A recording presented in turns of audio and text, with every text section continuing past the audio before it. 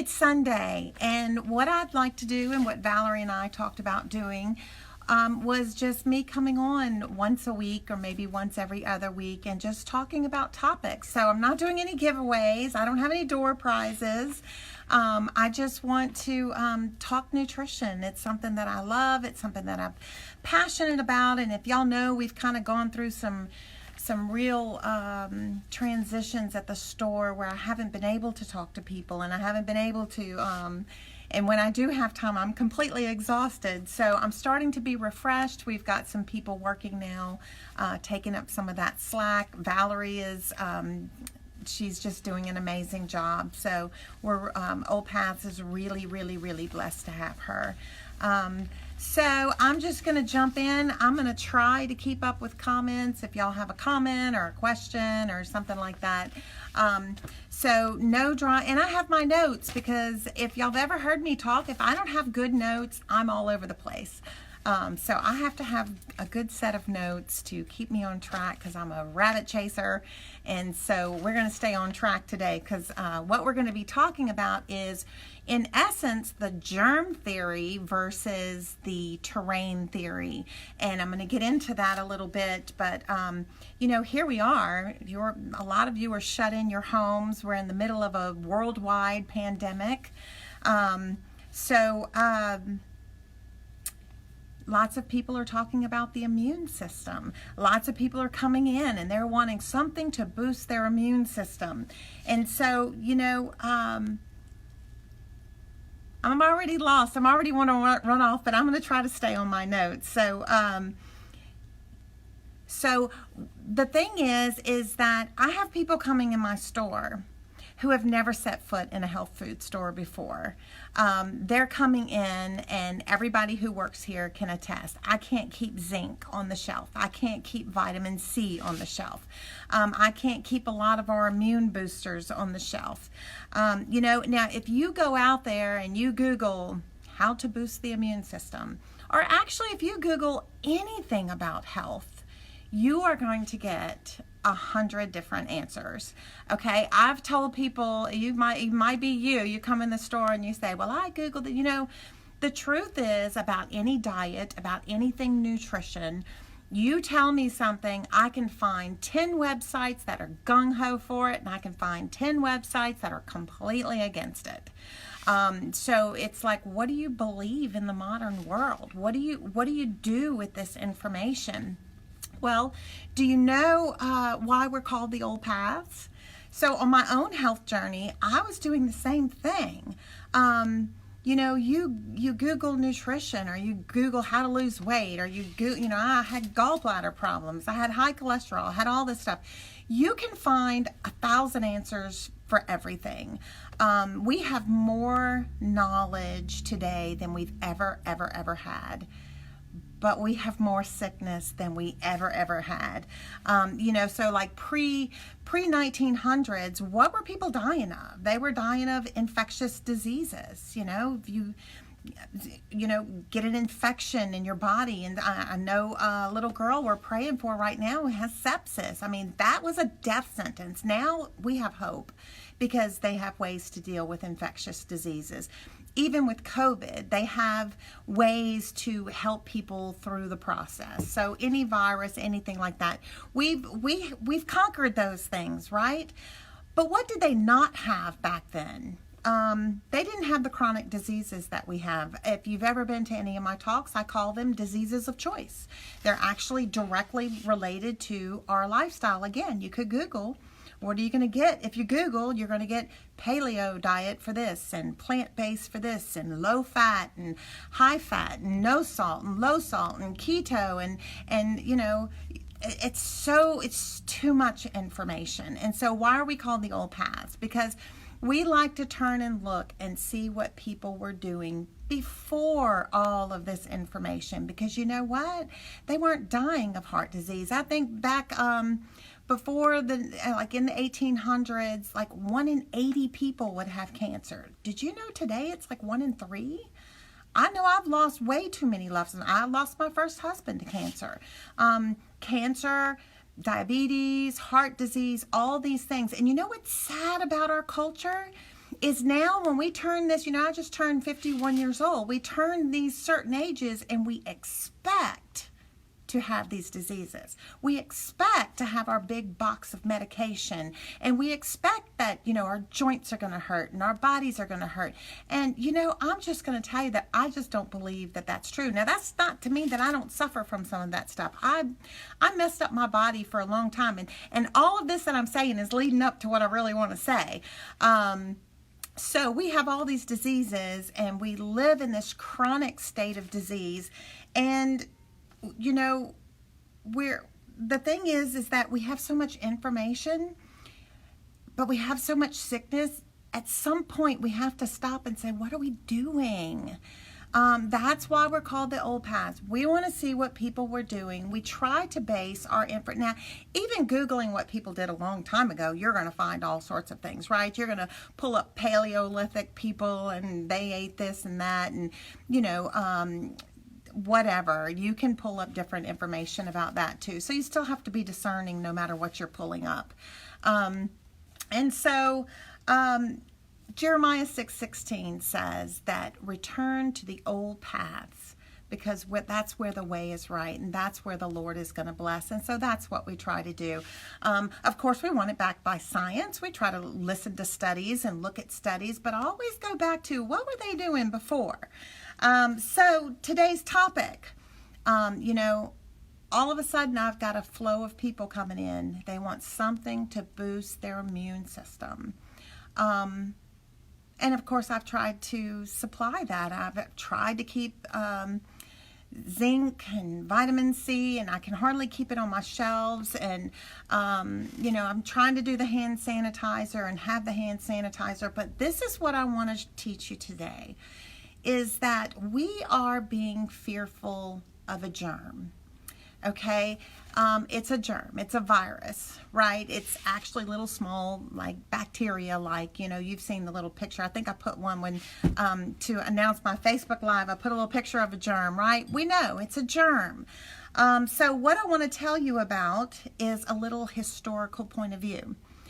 Something I learned actually, not even in nutrition school. They actually didn't even bring this up. I actually learned this in herbal school back when I went to herb school. So infectious diseases, remember, this is what people were dying of back in the 1800s.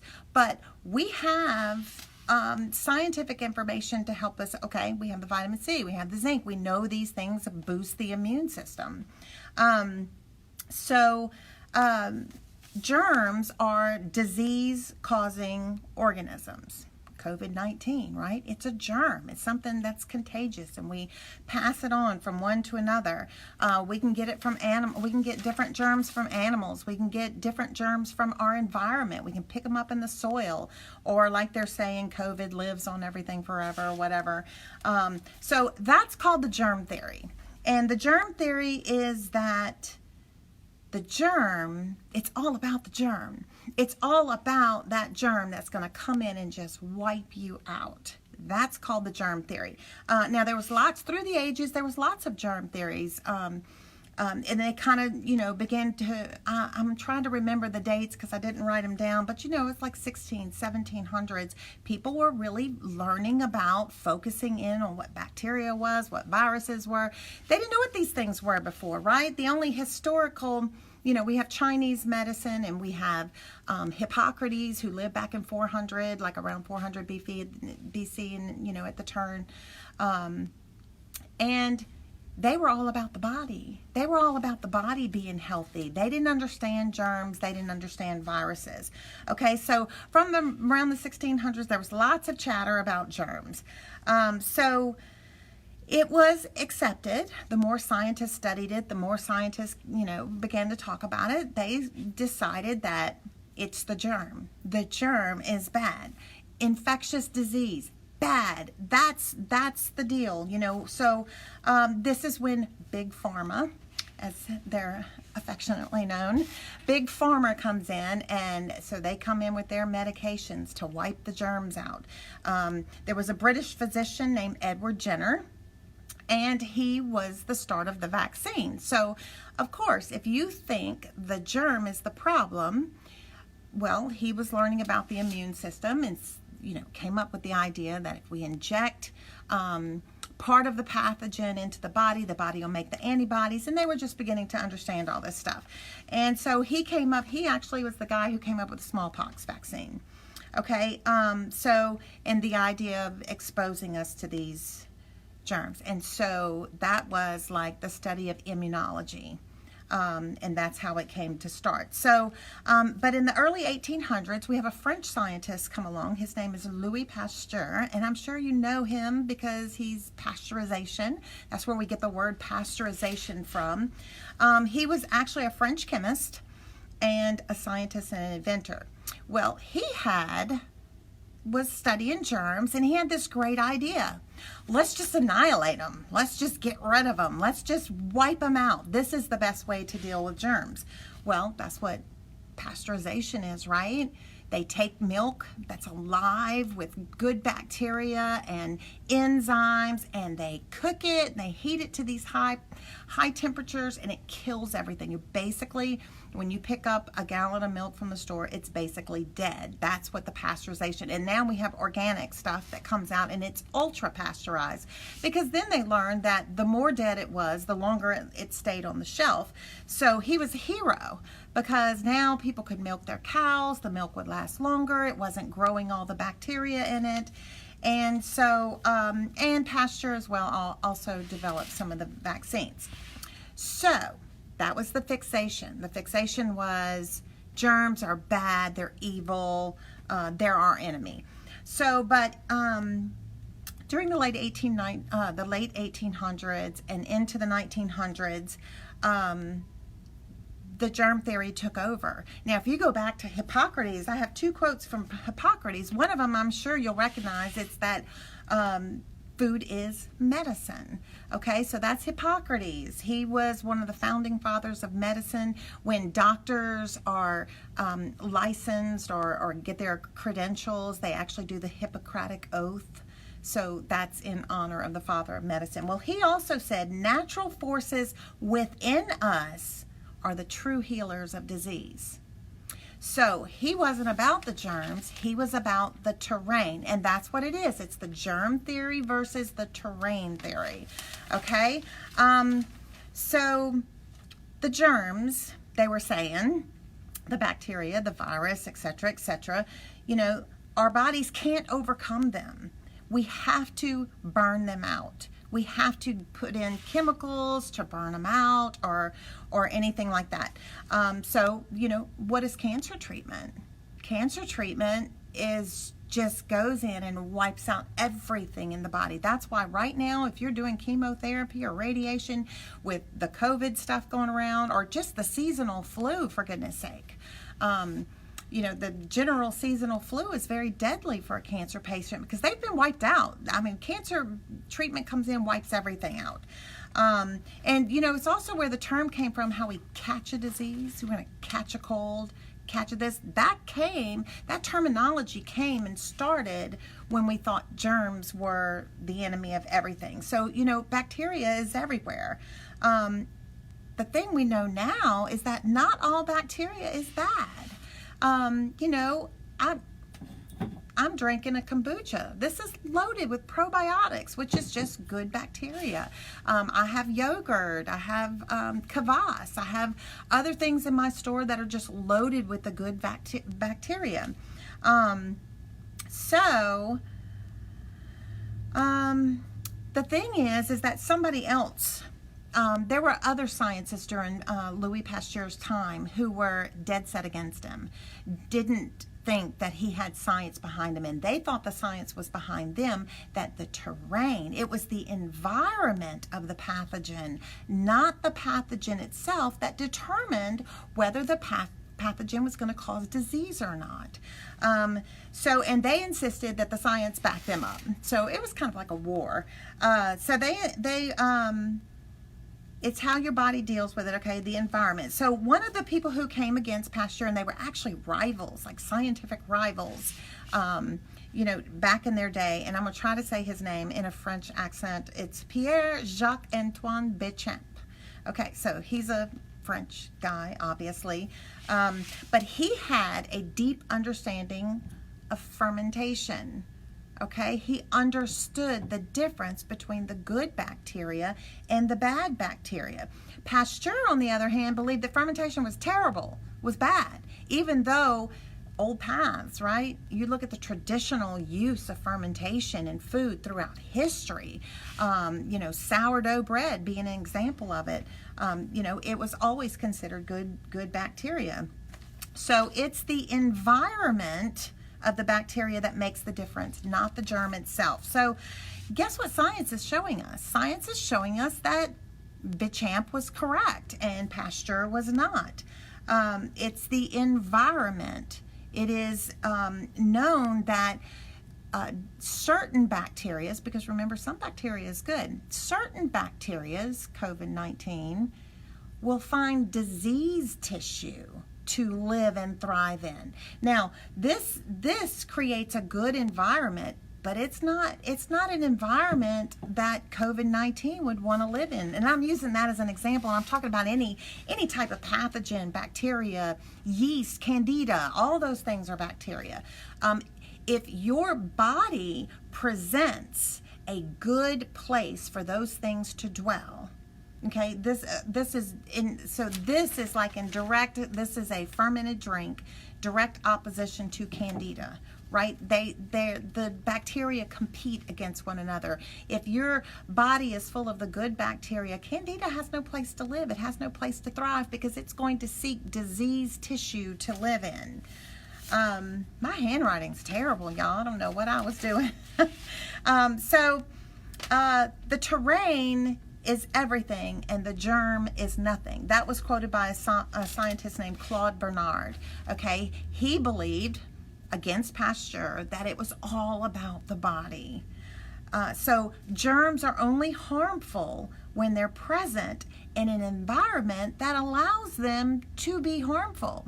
But if you have an environment within your body, not just your gut, your entire body, that doesn't allow pathogens in and to take over, well, then those infectious diseases aren't going to necessarily affect you. Or if they do, like we had something, y'all, I swear we had COVID-19 back in February, or right around Mardi Gras, which I can't really remember when that was. It kind of ran through my house. I ran fever. I slept for like 2 days, didn't wake up, and that's not normal for us to have something like that go through our house. So I think maybe it was COVID. I don't know.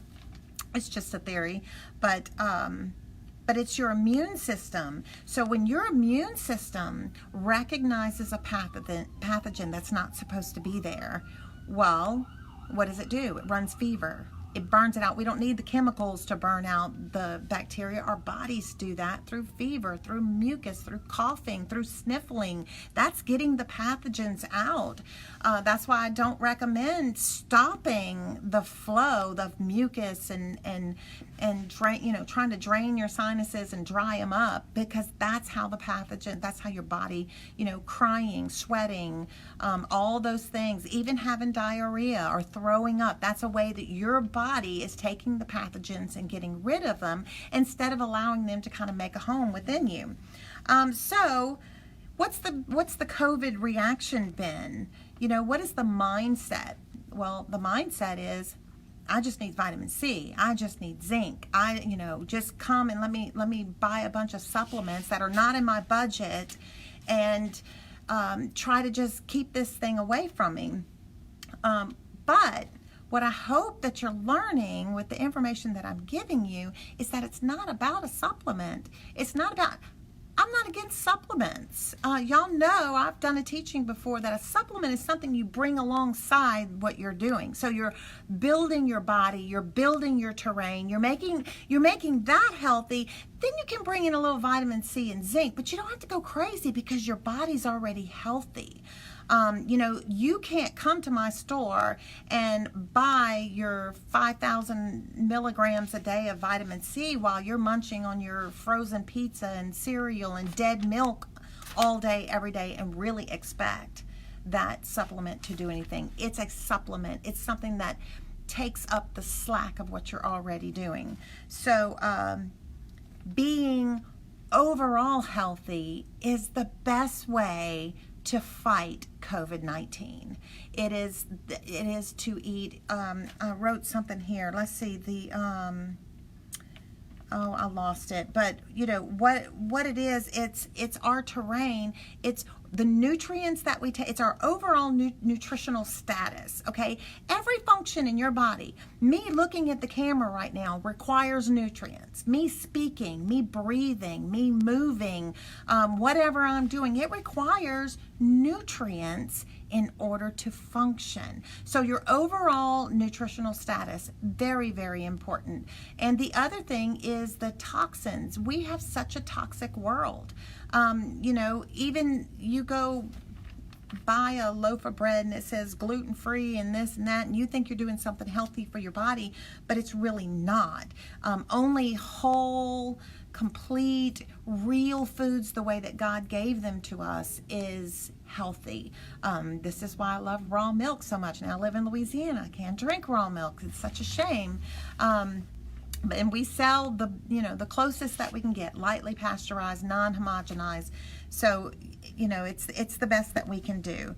So we need to, in order for our bodies to fight against any pathogens, all COVID-19 aside, any flu season, any measles outbreak, anything, our bodies need a solid nutritional status that is toxic free.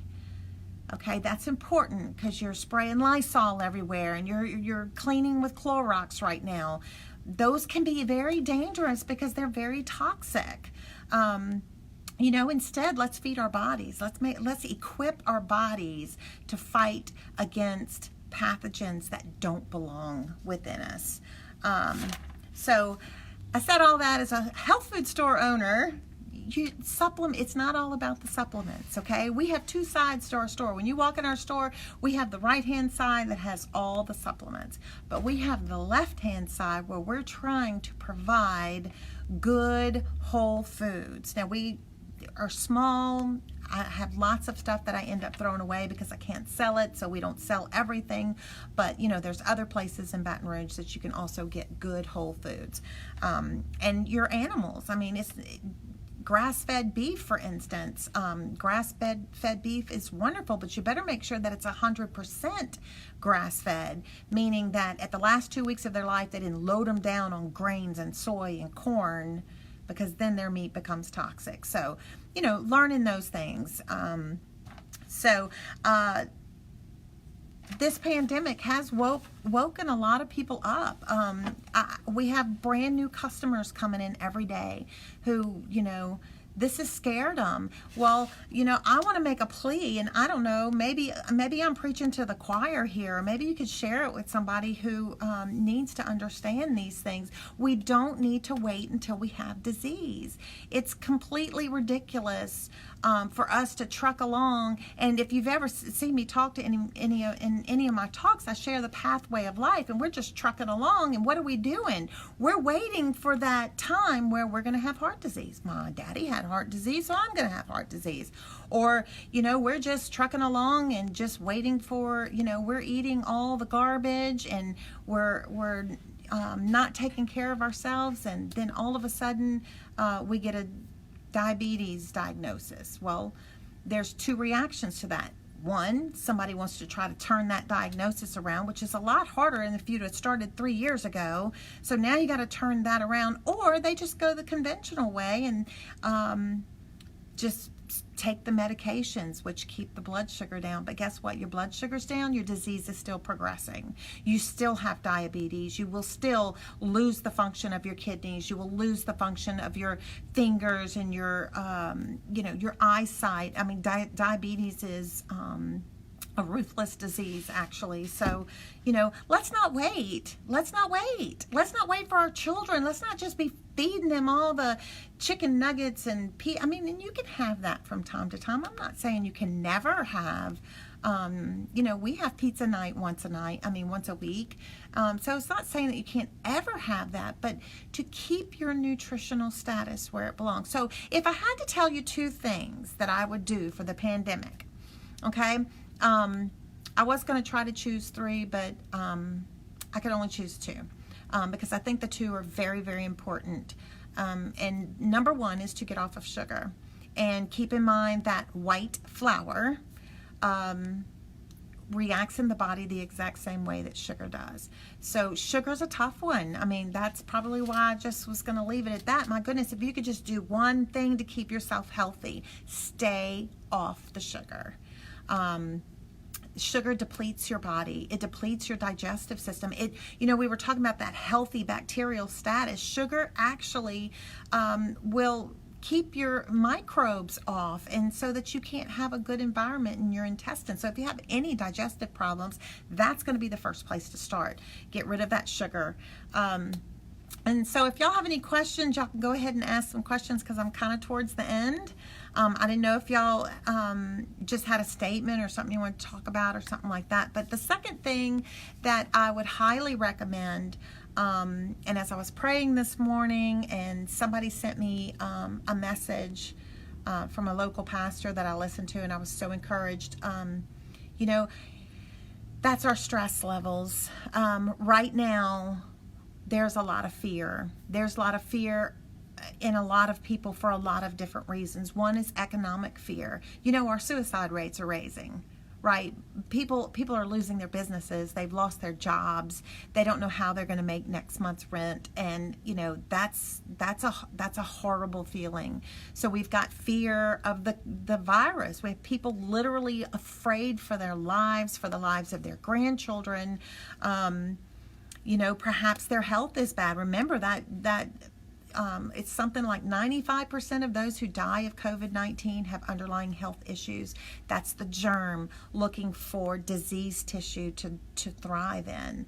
So some of you who know me personally know that last year I went through an extremely tough situation. It was very personal. It wasn't having anything to do with the store, although that came in January. But, I began to lose my health. But just because of the stress, I didn't change any of my eating habits.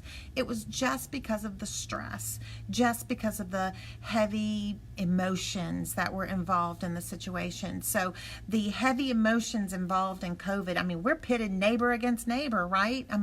We're stressed. We're stressed as a nation. That doesn't help your nutritional status. Being stressed, your digestion shuts down. Your lymphatic system can't get clogged up. We need to breathe. We need to think pleasant thoughts. We need to really focus on loving our families, loving each other, loving God most of all. Very, very important. So that would be my two things. Get off that horrible sugar and just stay healthy. The Bible says, beloved, I wish all things that you may prosper and be in health, even as your soul prospers. Your soul is your mind, your will, and your emotions. Keep your mind, will, and emotions focused on positive things. Philippians 4 tells us to think on things that are true and right and good and praiseworthy. You don't even have to be a Christian to understand that. Keep your mind flowing. Take your thoughts captive and keep your mind flowing positively, and it will help keep your terrain healthy. So that is all I have for you. So nobody really asked any questions that I can see. Miss Valerie praising me because she's just so sweet. So anyway, I hope that I can do this every Sunday. I hope you enjoyed it as much as I enjoyed putting it together and then coming here. I'm actually at the store because my podunk internet was bad before COVID, but now that everybody's home and on all their devices and stuff, our internet just doesn't work at all. So it's pretty tough. But anyway, I love you, and I pray that you are in health, and I pray that this helped you and reminded you of some things that maybe you need to take into consideration for yourself and for your family. I think it's all women that I see that I can see anyway, listening. So I pray that you are healthy and well. Y'all come by the store and see us. We're doing our best to keep the things in that you want in. And anyway, all right. That's it. Y'all have a blessed rest of the Sunday.